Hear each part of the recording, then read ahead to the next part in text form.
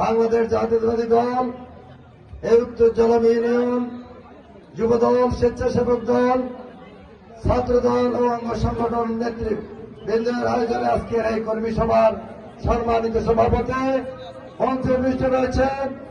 আজকের অনুষ্ঠানের প্রধান অতিথি, বিশেষ অতিথি, প্রধান বক্তা, বিশেষ বক্তা এবং বিভিন্ন এলাকা থেকে আগত বাংলাদেশ জাতীয়তাবাদী দল, যুবদল, স্বেচ্ছাসেবক দলের নেতৃবৃন্দ ও উত্তর জেলা ইউনিয়নের সম্মানিত জাতীয়তাবাদী দলের স্বেচ্ছাসেবক ভাইয়েরা, বক্তব্যের শুরুতে আমার সংগ্রামী সালাম এবং অভিনন্দন গ্রহণ করুন।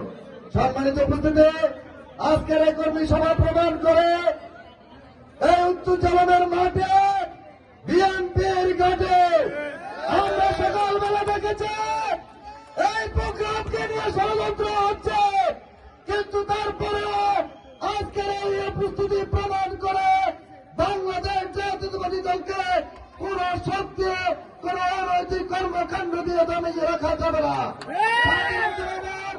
আমরা বলতে চাই, দীর্ঘ 17 বছরের নিপীড়ন নির্যাতনের মধ্য দিয়ে আজকে জাতীয়তাবাদী দল আজকের এই অবস্থা শুধুমাত্র আপনাদের মতো নিরীহ জনতা, নিরীহ সমর্থনের কারণে আজকে আপনারা এখানে উপস্থিত হয়ে জনতা আবুল কালাম সাহেবের হাতকে শক্তিশালী করেছেন, দেখিয়ে দিয়েছেন আবুল কালাম সাহেব এই চলাঞ্চল তথা লাকসাম মনোহরগঞ্জের বিএনপির সঠিক অভিভাবক।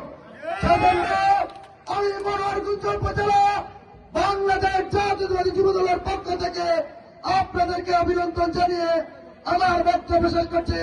আল্লাহ হাফেজ।